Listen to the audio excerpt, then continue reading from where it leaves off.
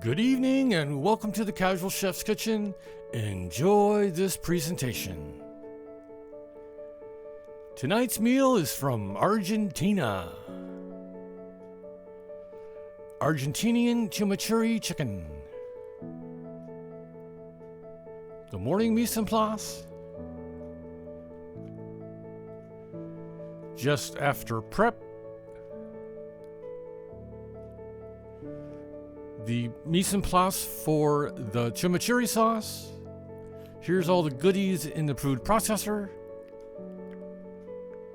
Here's the finished chimichurri sauce. Here's the mise en place for the chicken.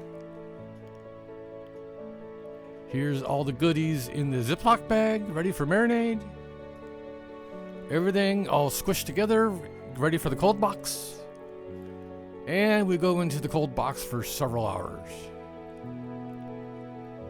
Here we are going to skewer the chicken. Here's the chicken all skewered up. Here's the chicken on the electric grill on the first side. And then we flip to the second side. Here's the chimichurri sauce again.